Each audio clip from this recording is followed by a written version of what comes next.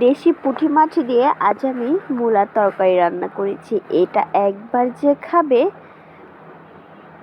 সে কিন্তু এর স্বাদ কখনোই ভুলবে না। তাহলে এভরিওয়ান, আসসালামু আলাইকুম, সবাই কেমন আছেন?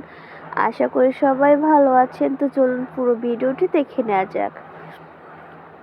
প্রথমে একটা হাঁড়িতে তেল গরম করে তারপর আমি এখানে বেশ খানিকটা পেঁয়াজ কুচি অ্যাড করে দিয়ে তারপরে পেঁয়াজটাকে ভালো করে ব্রাউন করে ভেজে নিতে হবে। তারপরে এখানে আমি দিয়ে দিব পরিমাণ মতো আদা রসুন, আর আদা রসুনটা দিয়ে ভালো করে একেবারে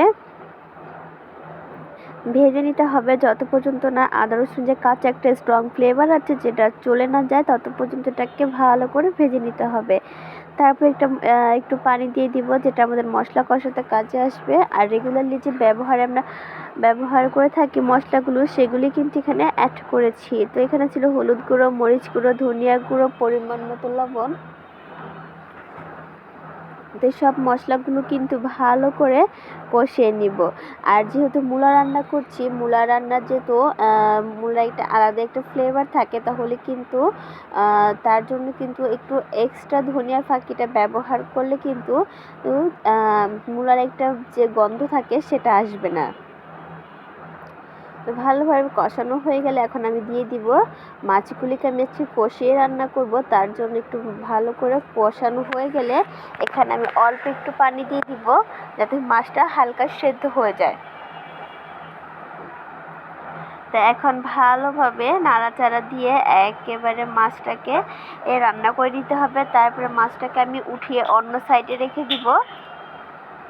আর এখানে অ্যাড করে দিব ওই যে মূলাগুলো আমি আগে কেটে ধুয়ে পরিষ্কার করে রেখেছিলাম, তো এগুলি কিন্তু এখানে অ্যাড করে দিয়েছি। তারপর আমি ভালো করে নাড়াচাড়া দিয়ে দিব। মানে এভাবে পানি ছাড়া আমি 2 থেকে 3 মিনিট পর্যন্ত রান্না করে নেব।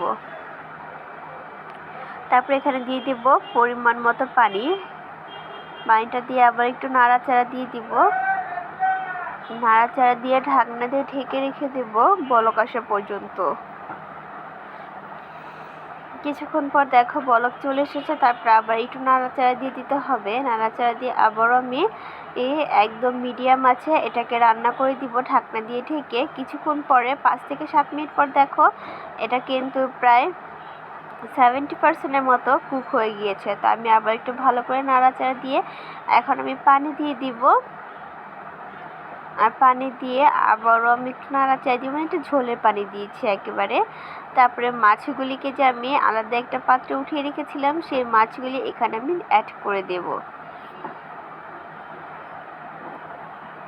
আমি আবার একটু নাড়াচাড়া দিয়ে এখন ঢেকে রেখে দিব বলক আসা পর্যন্ত। তো কিছুক্ষণ পর দেখো টকবক করে বলক চলে এসেছে। তা আমি একটু নাড়াচাড়া দিয়ে এখন আমি এই ঢাকনা ছাড়াই রান্না করে নেব প্রায় 5 থেকে 7 মিনিটের জন্য।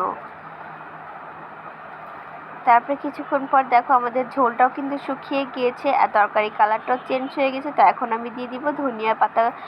তারপর ধনিয়া পাতা দিয়ে একটু ভালো করে নাড়াচাড়া দিলেই কিন্তু আমাদের রান্নাটা একদম কমপ্লিট। তাই তো দেখো ফাইনাল লুক দেখতে কতটা লোভনীয় হয়েছে না?